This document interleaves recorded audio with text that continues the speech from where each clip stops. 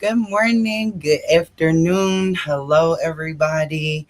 Welcome to episode 32 of A Girl Like Me Live.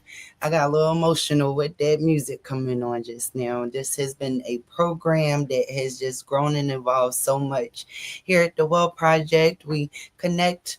This go around, we'll be meeting once a month to discuss different issues and topics that impact women who are living with HIV and vulnerable to a diagnosis.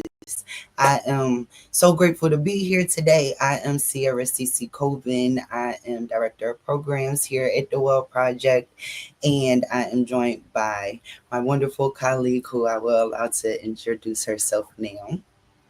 Hey, I'm so glad we're back. I love this program of ours.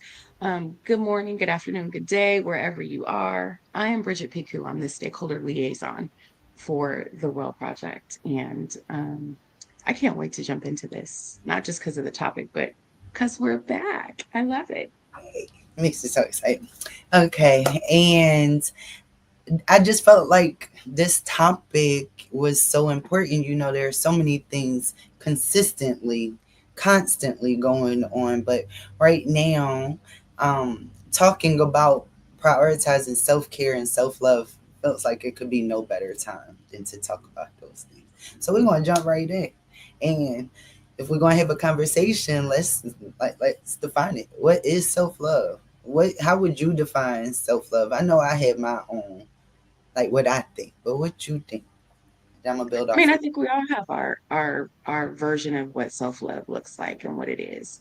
Um, I For me, it is about loving yourself unconditionally, flaws and all, because we all got flaws. And I think it is accepting the flaws, but not letting the flaws define you, right? So just, your whole self. What do you think? The same thing, like, and sometimes it's easier for me to offer, like, display love to others, better than I show it to myself. So sometimes I'm like, okay, Cece, if this was somebody else, like, you would, why won't you do this for yourself? So giving myself the love that I know I deserve, or that people generally deserve, and like offering myself that first. Like, no, I heard something earlier. I think Viola Davis said it was earlier this year. Um, Work on if disappointing other people causes you to not disappoint yourself. Work more on disappointing other people, and that stuck with me. And I feel like that has been my biggest, like, expression of self love and the understanding of it. And Yeah. so then, like, what's not self love then? Like, So, I think people feel like it has to be one extreme to the other, and it's not necessarily right. But I think that in looking at it, not showing yourself self-love is kind of what you're talking about, right? Not giving yourself the same grace that you give to other people, not giving yourself the opportunities to disappoint folks. It is when we are so hard on ourselves that we we can't find light. I'm always talking about, if you can't find the light, be the light. And so I think that shutting that light off for ourselves is a good example of what not of what self-love isn't. mhm, mhm. And I'll be like, I know, like, how I talk to myself sometimes. That that ain't love. I wouldn't talk to somebody I didn't like, the way that I be talking to myself sometimes. So, like, checking myself, because that is not going to get me closer to where I'm trying to go to. Feeding those negative thoughts, and it's easy for somebody like me to spiral. One bad thought then triggered something else, and now I'm over here playing out something that hasn't even happened. But just staying in the moment, and I don't know, giving myself some grace. We still learning. I'm 37. at one time 37 seemed like a really big age, but now I've gotten here and I'm like, there's still so much I don't know. There's still so much I'm like excited to learn, and it's cool. It's all right. So Listen, I turned 52. I'll be 53 this year. And I said the other day when we were talking, how did I end up with a 34-year-old son? So, yo, 34 feels like a big age. 53 approaching feels like a huge age. But I got to say that over the years, I have learned how to love myself more. mhm, Um, it is, and it's a process, and you continue to evolve in the process. I think just like with our ebb and flow, living with HIV and that diagnosis, how sometimes you're up and sometimes you're not. I think self-love is the same way. And for me, surprisingly, as I get older, my self-talk has changed. And sometimes my self-talk in my head is my mama's voice, which is wild. My mother used to have this thing where she didn't call people the B word. She called them broads. So mhm. she would be like, this dizzy broad, blah, blah, blah, blah, blah. And so sometimes in my head, I'm like, okay, dizzy broad, what you gonna do today? Like, what are we gonna do? So my self-talk tends to be questioning myself about how I'm gonna change the narrative. All right, so you feeling this way? What you gonna do? How are you gonna fix it? So yeah, it's a process. I be hearing you say broad all the time too, so no, that That's can. my mama, child. That's my mama. The HIV part, like you were so many good points, but the HIV part, like people, it's hard sometimes to love yourself through what was you would determine to be a flaw. Like, I don't know, my big forehead could be considered a flaw sometimes, but look, this the only forehead I'm gonna get. And so I've sort of applied that same thinking to this whole life thing, and I think that's what helps me get closer to that self-love. This is my one life, like this is all I get, and everything is not going to be good about it. Some things have been less than desirable, but this is all I get, and I much rather have this life and this forehead than to not have a life or a forehead at all. And that framing has definitely helped me over the years, because for somebody that didn't let themselves before the diagnosis, like it was a lot going on. Now you got to fight through that diagnosis and fight through everything else you've been going through to get to this place. How bad do you want it? How bad did I want it? And Yeah. it took a couple different approaches. Like, maybe I need to go talk to somebody, if Yeah. there's my group of girlfriends or a therapist or somebody. Like, maybe I need, because this the only life I get, and I'm not trying to let it be drowned out by lack of self-love. I think in a lot of ways, an HIV diagnosis teaches you how to love yourself because you have to. There's so much stigma, there's so much information, and people are just mean about something that is, at the end of the day, a viral process. It's not something that we can control. It's definitely not something that we ask for. So, speaking for myself, I have learned to love myself a lot more since my diagnosis and through my diagnosis and because of my diagnosis.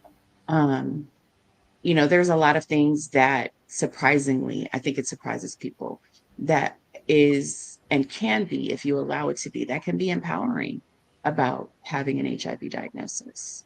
And so when you tie that up in, a little bit of self-love and a healthy dose of being um of self-centering, right? Like we grow up learning that being self-centered is a bad thing, but I think to a certain degree you have to have a sense of yourself and be able to center yourself through the noise and through the chaos. And so those are all things that have come into, like, bright motion picture, technicolor, that's the word I was looking for, since my diagnosis. So you're right. Yeah, because it made me, and sometimes I think it plays to the other side too, though. But I always walk into a space like I gotta be confident, like that's just naturally. But now, if I know that it's a space, or I feel like it's a space that I might somebody might try to say something out the way, or the feeling around HIV, I feel like now I'm coming in there 10 times more head up, like whatever, you can't say nothing to me. And so that has made me that to be able to stand confidently there. I've had to research and learn and experience that I'm going to be all right. Like I'm all right. So anything you saying is just noise. Like you just speaking just because you speaking. I can't allow whatever you talking about to go against everything that I've known for the last 17 years. Like I am Yeah. fine. I'm okay. HIV is a piece of it. You know, you want to talk about loving yourself through some other traumatic experiences. Boy, but Yeah. it has definitely taken some work and some growth, and it didn't just happen overnight. My people that have been with me most of my life, they're like, can't believe that this is the same person that we Yeah. knew back then, and to see the evolution and to see that we are right, and it's okay to love, like it's fine, you can love yourself. And I love that piece of being self-centered, like it's cool. Yeah. It's okay. Yeah. So like, what is self-esteem then? If we talking self-love, what is self-esteem?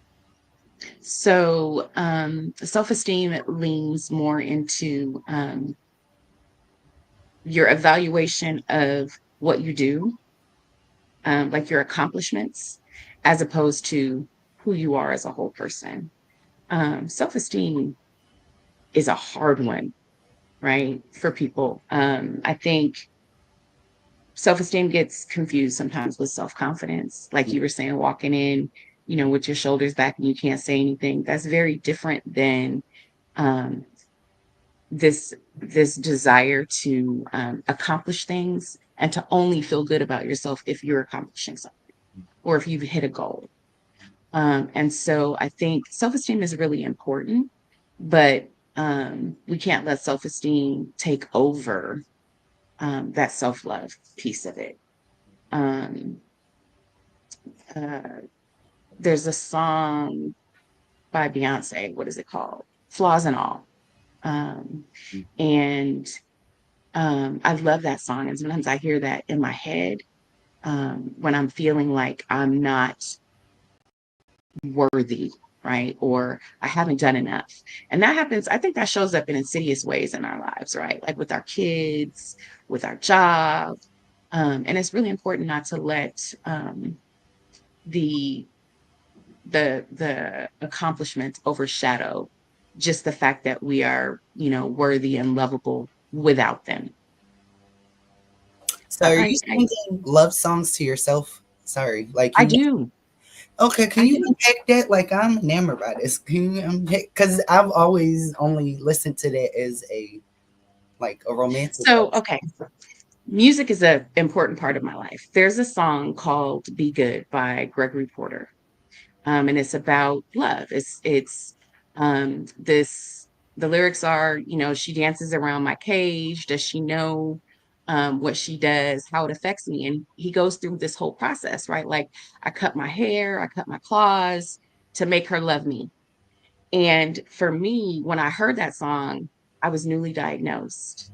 And for me, it was like I was inside this cage and HIV is dancing around this cage, taunting me, like, what are you going to do? How are you going to get out of this situation? What are you going to? And so lyrics take you places. And for me, love songs, it don't always have to be about that other person because you may not have that other person in your life. But that feeling that you get, I love that. So, like, a lot of times if I'm singing and it's some, I'm singing to myself because it makes me feel good. It fills me up with that happiness and that sense of joy and that sense of connectedness for myself. I got to have that for myself before I can give that to someone else or really recognize what that feels like coming from somebody else. Right? So, unless you know what love is in yourself and feels like for yourself and what the aspects of love that feel good to you, you won't be able to recognize them coming from someone else to you. Or you'll learn to you'll train yourself to lean more on those things coming from someone else. And then when you don't have that, you're befret, you're, you know, right? You're missing that. You're always searching for something. So anybody that don't sing love songs themselves, you better get into that habit. It'll teach you how to love yourself and what you want from somebody else. Yeah, I came across a social media post that said the same thing. It was like music Soul Child's Love. That song Love by Music. Like they was like listen to it but sing it to yourself, and like I just, so to see you actually doing it in practice, like I'm gonna do that because that's a different framing and perspective. Like not feeling so down because I don't have anybody to sing this song to me. Like I can sing it to myself. I can. I love that. Take your power back, child. That's exactly what it is. And by the way, Music Soul Child is a version of that actually, I believe, is a gospel song originally. I could be wrong, but I know that there's definitely other versions. It's funny how generationally we associate songs with folks, not knowing that there was a version before that. Yeah, just saying, putting that out there, showing my age. Yes, I have a whole IG highlight about singing love songs to yourself too. Yeah, okay. Then I'll put Yes. that on the list. I'm gonna find a song to sing. Music is a soul stirrer, so I love this. Mm-hmm. Yes, it starts with loving yourself first. It Yeah, does. yeah, yeah. And so like back to that, like how do I show myself love? First I just want to put out there that we know that tomorrow is National HIV Testing Day, and we just that you take that day, you know, you commemorate the importance of testing and everything, and being able to talk to different women in the community about why HIV testing is important and how there is a way that they are able to show themselves love. Sometimes that conversation isn't as easy as I would think it would be, because some people just don't think that the conversation pertains to them at Yeah. all. But that is one way, you know, that someone may perceive that they are taking care of themselves and, you know, showing themselves love. I would like to think that I show myself love when I go, you know, take the time to go get my nails done. But somebody told me that that's hygiene, that don't count. And I was like, oh, so it made me like dig to find like really what is something that I enjoy doing, because yeah, you have to keep your nails clean and stuff. But what do I really like to do? So for me, that's dancing. We bring in that music, you know, and I listen to all types of music. I'm lying. I listen to the same 19 songs, and it's mainly dance hall. And lyrics most of the time really inappropriate, but it's something about like connecting to that beat for me and just being able to express myself without any judgment. I do be judging myself, but you know, it's okay. We're just doing this to get better. But in a way, like I just love it, and being able to see changes that have been happening with my body and my body moving, that like yes, it it works, but getting that locomotive moving sometimes is hard, especially when you find yourself in a rut. Like how do Yeah. I come out of here? How do I? That's self-love. That's self-love. It's an expression of self-care is self-love, right? It's one of the aspects. It can't be the only one. I disagree that getting your nails done is not self-care. Okay, Um, okay, come on. because it is. There are a ton of little things that you can do. Anything that makes yourself feel good or feel centered or like gives you a moment to breathe and relax. That's an act of self-care, which in turn is an act of self-love. I think that um, it's important to do the little self-care things. Um, get your nails done, go get a massage, buy the purse, buy the shoes. But you also have to take care of the mental part. And I think that that's some of what you're talking about. Like when you're connecting to the music, you feel better mentally, right? So it's making that connection between the tangible things that we do for self-care and having those become a part of the mental intangible, the things that you can't see but that you can feel, part of the self-love and the self-care. um, Olivia, I missed your comment. Can you put it back up for us? Because I caught part of it and I think it's important. Yeah. Yes. I truly Showering is uh-huh. Self-care Sunday. No, that's real talk. I would like to sit there for a moment. So I truly believe when you feel cared for by yourself, you are engaging in self care, even if hygiene is an aspect. Shoot, I count showering as self care some days. I wouldn't yuck anyone's yum. So thank you. This is how we Absolutely. really sit down and talk to each other as sisters. So like I really appreciate that. Um, showering like that's real talk. It's hard, that mental part of it, it's so much going on. There's so many things are uncertain, like do I even feel like going through the motions of the day? And sometimes the motions is that I like getting in the shower. I need to get in the shower, I need to brush my teeth, I need to do that part, and then I Yeah. could at least, I'll feel better in that aspect. And I think, those things, nobody wants to come off and seem like they are unhygienic, so there's something that is, it can be shameful and that you don't, but I feel like you're not the only one to experience anything in this life really. So that's another aspect. So yeah, if you all you did was get up today and shower and then followed by getting your nails done, I support that. I support that. Amen.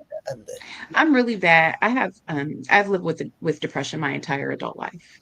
And sometimes it's under control. And sometimes I'm just functioning. And right now I'm kind of in a space where I'm coming out of just functioning. And so sometimes getting in that shower really does feel like an accomplishment. Really does feel like, okay, at least I did something to take care of myself today. My hair. So, we got a whole relationship with our hair, and menopause has been making me lose my hair. Like my hair is coming out. That's devastating. And so some days I don't even want to touch it because I don't want to see it come out. But I know that if I take the time and wash it and condition it and comb it out and make it look pretty, it's going to make me feel better. And that's an act of self-care. And that's showing myself love. Right. So everything is circular and comes back and touches the other. Um, and it's okay not to, there are times when I go 2, 3 days and slick this stuff up in a ponytail and keep it pushing because I don't have the energy, right? My anxiety is on me, my depression is on me, whatever the case may be. And so the little accomplishments, absolutely acts of self-care and absolutely matter. And I think we worry too much about what other people are going to think of us. Speaking of hygiene, sleep hygiene. Sleep is an act of self-love. Say that Sleep again. is What? sleep. Sleep is an act of self-love. We act like sleep is something we earn, right? We act like getting a good night's sleep is something that we can just kind of, if it happens, it happens. But sleep is really, really important. And so naps, to me, are acts of self-care, self-love.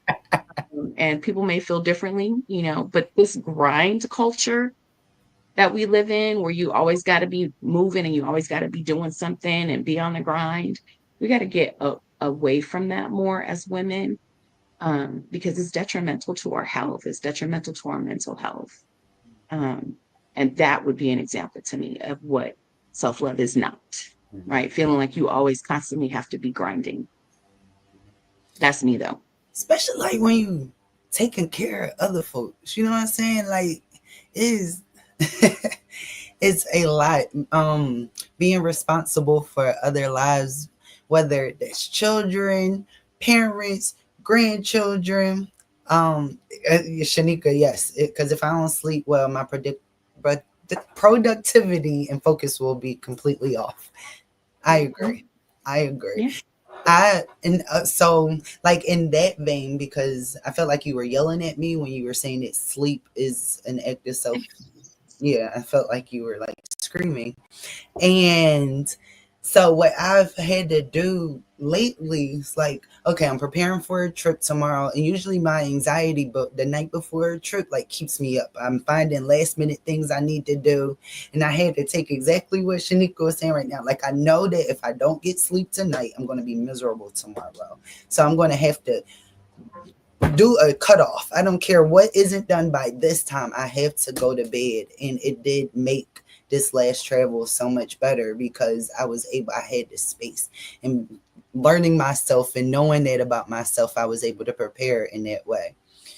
I've said she's been having such a hard time falling asleep at a good time and noticed the toll it's taking on the mood, especially during the day. Oh yeah, start Yeah. becoming irritable, snapping on people. That's me because I don't like to be sleepy. I'm a kid. I need naps, and yeah, my patience is very thin because I'm tired, and I Yep. think I deserve better, and so does everybody else.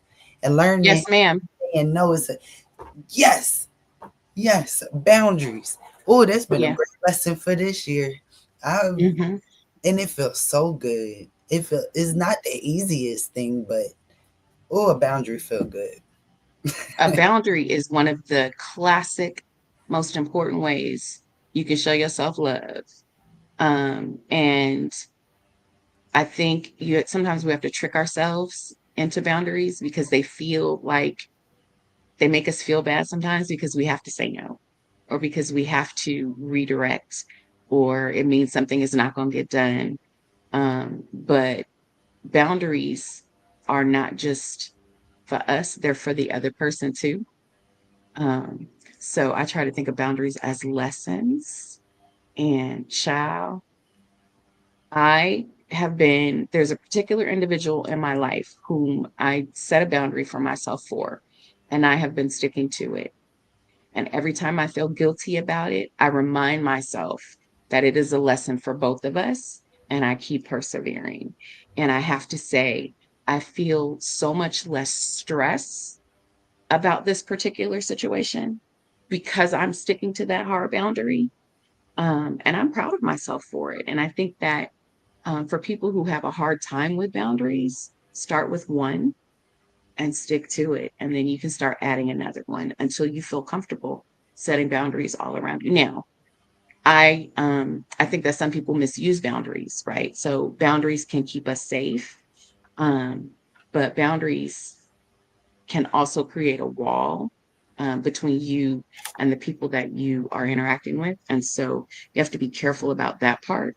But child, I love a good boundary. Oh yeah, I've been learning this year. Oh yeah, it's yeah, and I like that it's a lesson for you and the other person. And that freeing feeling, like sometimes being a caretaker and playing all these different roles and wanting to be a problem solver, I have the tendency to jump into situations that ain't got nothing to do with me. You know what I'm That saying? part.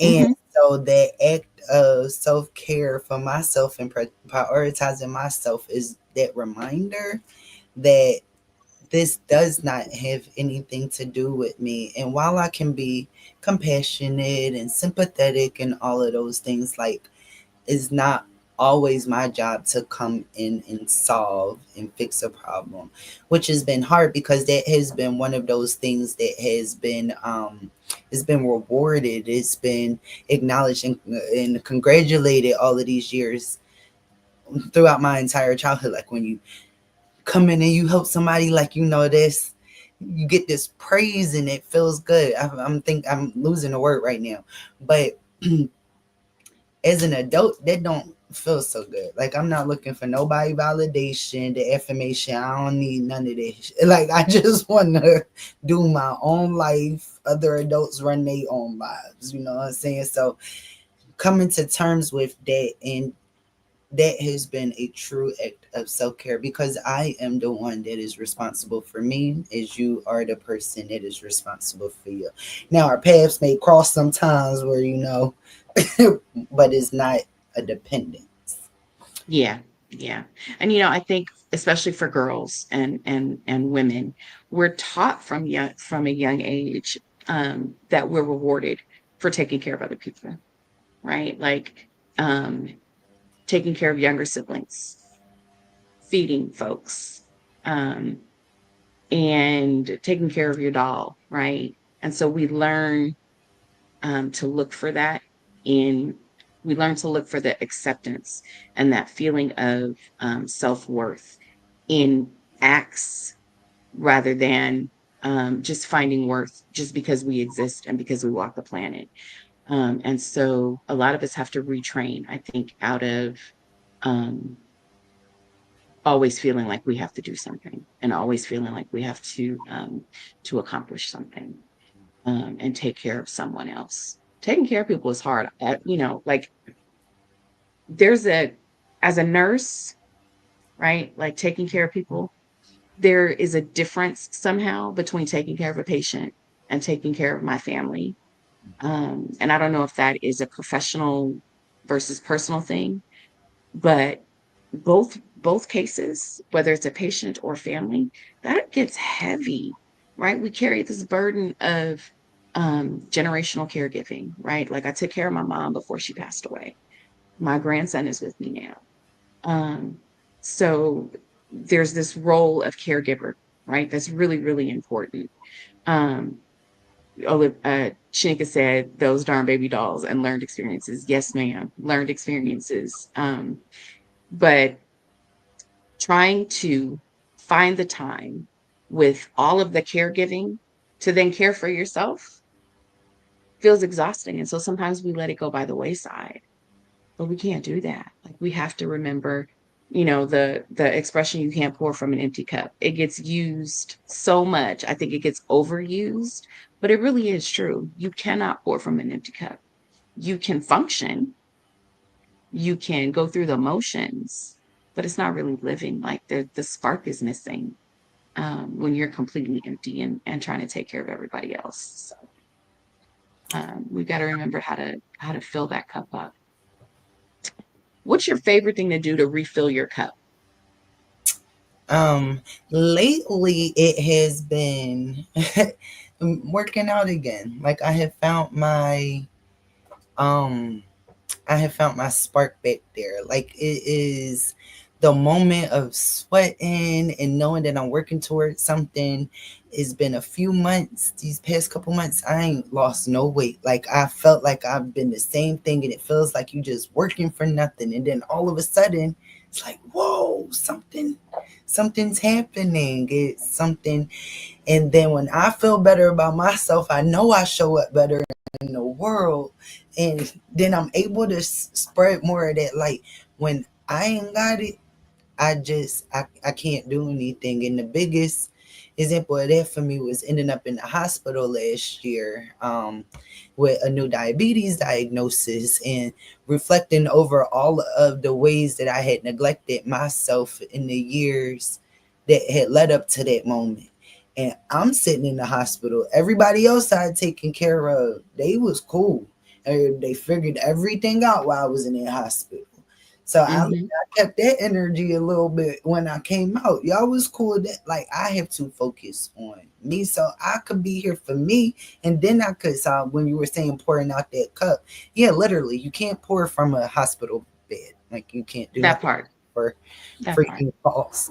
So yeah, filling up that cup, I saw that Angel said a long time unplugged. Absolutely, I know I present like an extrovert, but uh, I love a moment. I love to myself, even from my family. Can y'all leave me alone real quick? I need that. I love y'all. I will be right back, but I need the moments to I talk to myself out loud and respond out loud to. I need those moments with nothing. Maybe sometimes I want to watch a little ratchet YouTube. Maybe sometimes I just want to listen to the fan blow. Like, yes, Angel, all of that to Yeah. say, I agree. Yeah. I think all of us could benefit from unplugging a little bit from the computer, from social media, from the TV. Like I don't watch TV anymore. Um, I stopped watching TV when I was in nursing school and I never really got back into the habit. There are times when I'll sit down um, and watch something on YouTube or If something feels like people are really, really, really talking about something and it seems interesting, I'll watch it. But I find that I get bored really quickly with TV, or I get antsy. Um, and lately, like I started doing my own nails to save money, as an expression of, creativity, whatever. But that time right there when I'm like focused on doing my nails and trying out a new technique or trying to make something look like what I saw, that is unplugging for me. That's my I've learned over time that anything that has to do with art or creating, like making jewelry, is my other thing, or painting. Those are the things where I feel my cup being filled back up, because I'm not doing that for anybody else. I'm doing that for me. Like even with my jewelry, I may sell it or give it to someone, but in the moments that I'm making it, that's for me. And I think everybody has to find that one thing that gives them their spark back, right? Or that helps fill you up, or that makes you feel good. So just being aware. I think awareness is part of self love. Just being aware of the things that you like or that you don't like, or being aware of the things that make your shoulders, come up to your ears and you get tense, versus the things that, make your shoulders drop and make you feel like you can fill your chest with air, um, is important. We got to find those things and then nurture those things. I like cooking too. That be making me feel good too. I feel like I be building a whole house. Like you got to understand the connection. Like I just Yeah. like it's something that's functioning and folks like it. And but it's I was able to take these little ingredients from scratch. Like there was a garlic, but that just that makes me feel so good. So yeah, I'm very very grateful to be in this space in life. Oh, You've I been glowing. heard You have me. been glowing. Like your glow up has come up. Oh, You oh, just, like, I would say in the last, particularly in the last maybe 5 months, like you have a glow, and it's not the lights. It's not the light shining on that big old forehead. See, I got mine hidden today because I got one of them too. But no, you've been glowing today, or lately, and I love it. I'm here for it. I love seeing you find that space. And I love the way that you light up when you talk about cooking.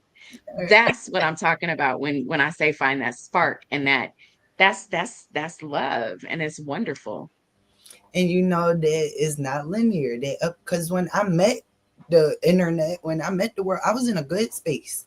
Then pregnancy, yo, that was one of the worst things I ever went through in my life. Okay, and then postpartum depression after that. It took me about three three and a half years to come up out of that. And it's real like when the people that know you, the people that surround you, they could see when the self-love, isn't being prioritized. They could see. I look back on a picture from myself the other day. It wasn't just, the amount of weight that I had on my body. You could just see it on me, whatever it was, all just heavy and dark. And that's not how I know myself to be on the inside. That's not the work, the love the energy I want to put out in the world. But I just couldn't help it. And it was because I hadn't figured out, I hadn't gotten my footing back after having a baby and figuring out how to get all this stuff to. But now, since I put my foot down with them boundaries and figuring out how I'm going to take care of myself and all of that, now I got it. I'm figuring it out. And so I'm grateful for this time right here. Um, Yeah.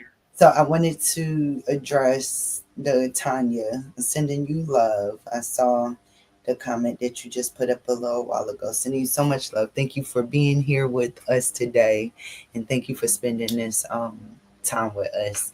Hoping that you find Absolutely. something valuable out of it. I wanted to highlight too, a couple of the comments were talking about how boundaries can make you feel isolated. And one of the things that I've learned at my ripe old age, at this big old age, is that when you set boundaries, and you stick to them, especially if they're healthy boundaries, whereas before you were being unhealthy and prioritizing other people over you, people will step back and people will stop coming around. But those are the very people that you want to stop coming around, because those are the people that were taking advantage of you. And now that they can't because you have that boundary in place, then they'll move on to the next person that they can take advantage of. And so I just want to encourage people to think of those moments of isolation or loneliness as the time in which you are clearing space for people who really matter and people who are supposed to be in your life and people who are supposed to love you. You're making space for those people to come into your life. It's temporary because the people who are supposed to be there will find their way to you. So stick to them boundaries, right? Take that moment of isolation. Take that moment of what might feel lonely and sing yourself a love song, but hold that boundary so that you can hold that healthy space. Just putting that in there. Mm. Um, Making friends as an adult has been a journey. Amen. Say that again, louder for the people in the back. Woo! Wow. Making friends as an adult has been a journey. I Yes. agree, Yes. and it could be a challenge. I There was a chance I had to take. I've had not so good friendships in the past, and so allowing myself the time to get to know some things about myself first, because I realized that sometimes I might be falling out with people because I don't I'm not all the way together. Like, I might not know that I am this way, and folks trying to tell me and I'm not hearing it.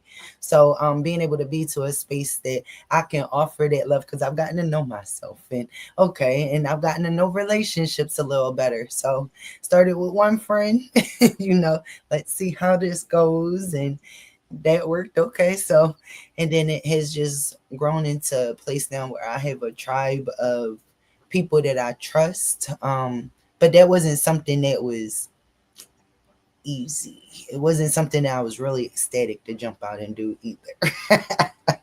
But I'm Yeah. so Yeah. grateful. I'm grateful because they help me when I'm not feeling the best about myself, or when I need to make sure that I'm not losing my mind. Like, I need them folks. That self actualization piece, right? Of recognizing that I might be the problem, like it's me, is really important for being able to love yourself. That's part of the flaw, and accepting yourself, working on it. Like you can't just recognize that you're a jerk and not fix it. But when you recognize that, then you can start to fix it. Adulting is hard, period. Adulthood is the worst hood ever. And so when you got to worry about the people that are around you, that makes it even harder. And so um, recognizing, being self aware, having a little bit of self actualization, and then doing something about it is a survival tool in adulthood and in navigating friendships. Um, Sometimes, and then also being able to recognize that it's not you, it's them, and it's okay to cut them off. Because I think we hold on to relationships and friendships because we're scared that we're going to be lonely or that nobody else is going to come along. Like that's one of the things that comes with an HIV diagnosis, right? Is um, maybe I should just settle for this because maybe nobody else is going to want me. That's BS, and that's not reality. And so using those tools to be able to recognize what's good for you and what's not for you, and then cut out what's not good for you, is it's a survival tool that we all need to develop um, in adulthood and in living with HIV and in taking care of ourselves. It's important. Mhm. Mhm. Man, it's so much, like, thinking about the mental health part about it, and how, like, we talk about the self talk and therapy, and sometimes, like, even you might have to go seek, a psychiatrist. You might have to go seek. There may be tools that you need that may also be stigmatized. That is what I am trying to get to. And it's not just with mental health. I'm thinking specifically in my head right now about like weight loss support or something like that's something that I've used recently because of the diabetes diagnosis and everything. But the stigma that comes around it. And so like there's stigma sometimes associated with mental health drugs and stuff like that. But I'm saying all of this to say you can't worry about what other folks got to say. Like if you, this is about self-love. So if you yourself have identified that you would benefit from a tool and you have talked to your provider and everything's good, like you really cannot worry about what those on the outside of you, how they are going to judge or what they're going to have to say. This is about you. Yeah. Yeah. It's easy for people to judge, but it's harder for people to walk in your shoes. You know, the Black community in particular has all of these misguided um, and frankly wrong ideas about what it means to seek mental health and what it means to need mental health. And we do ourselves dirty by continuing to perpetuate these ideas. And I'm going to do a deep dive and try to figure out where this disconnect between Black folks and mental health came in. Because there's this pervasive idea that it is a weakness or that it means that, you know, we can't handle ourselves or we can't take care of ourselves. And that's not true. Um, Mental health is one of the most fragile aspects of your health because it's so easy, like you were talking about earlier about spiraling. It's so easy to spiral in mental health. And so I absolutely agree with you. Like if you recognize that medication is going to help you get over the hump, take the medication. I take a medication for my depression. And I have learned that sometimes I'm like, oh, okay, I'm feeling better. I can stop taking it. No, ma'am. It is something that helps me be able to center myself, to take the extra moment that I need to figure things out and to navigate things with a better attitude. I need a therapist right now. I'm having a hard time finding one and affording one, but a therapist would help.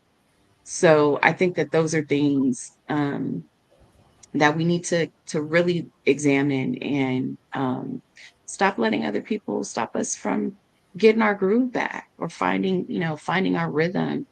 The weight loss thing, you know, people are quick to judge folks who have the weight loss surgery, but baby, they're doing what they need to do for themselves, feeling better, looking better, and moving on, and not even worried about you and your judgment. While you sitting there miserable behind a keyboard, you know, thugging on a keyboard.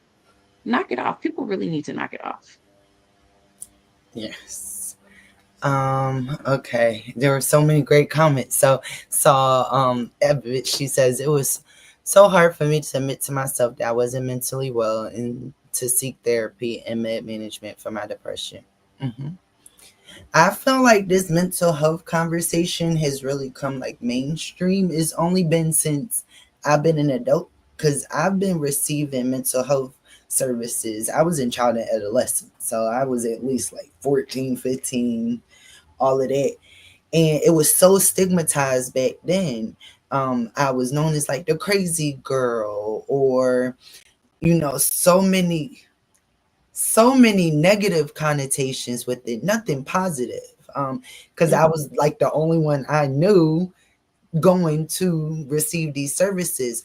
Where I see now, they all needed that ish. They needed it. It wasn't just me. Why was I the only one in mental health services? It's all of y'all.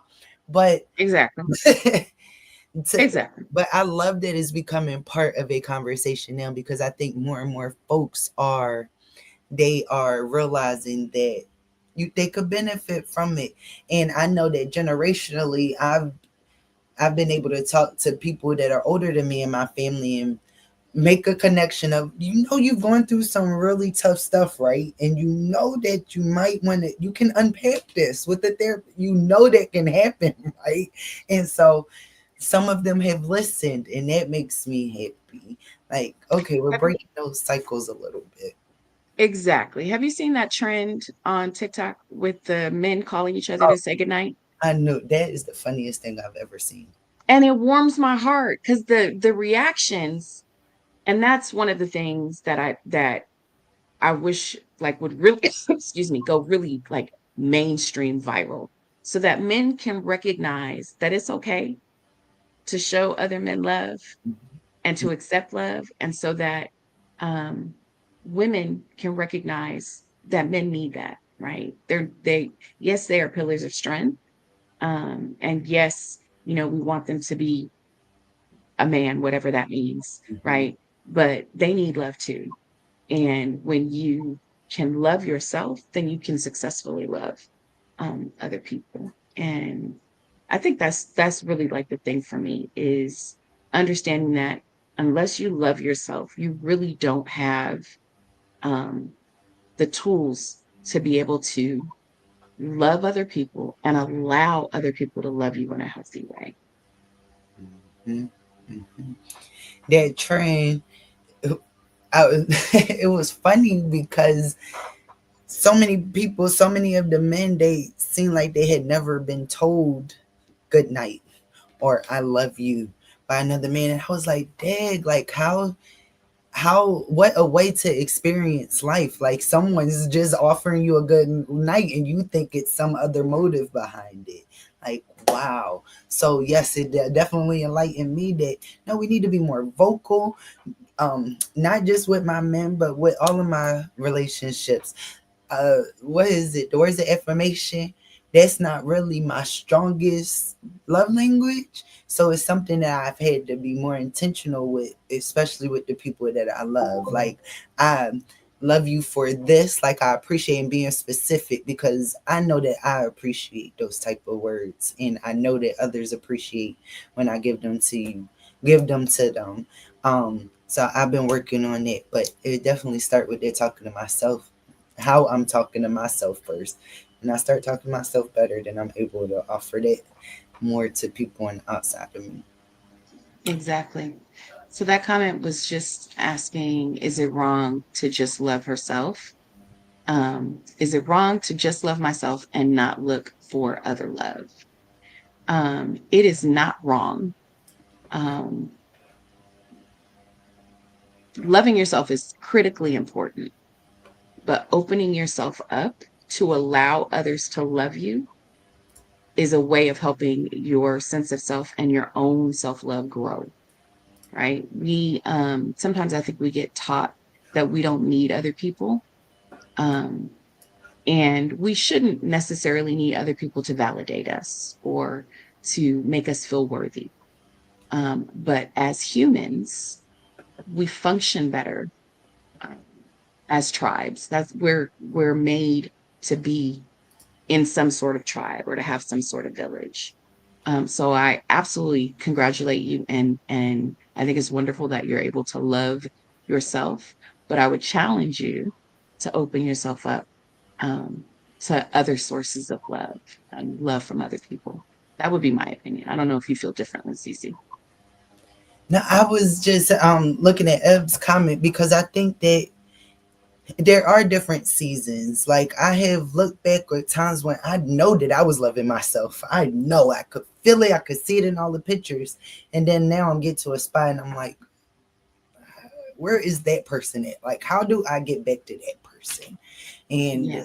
taking on leaning on other people. So I do think it is different seasons. And is that the ebbs and flow thing?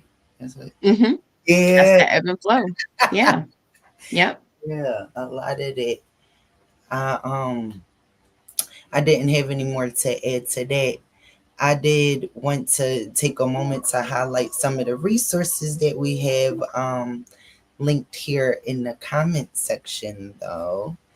Um, this are the fact sheet on mental and behavioral health and HIV, and those are fact sheets that are a part of our um, selection of like 150 fact sheets. So if you have a moment, please. Vast library. Hmm. Yeah. And really, some of the blogs that we have too, folks, where folks talk about um, their mental health and finding love, I think are a good source too.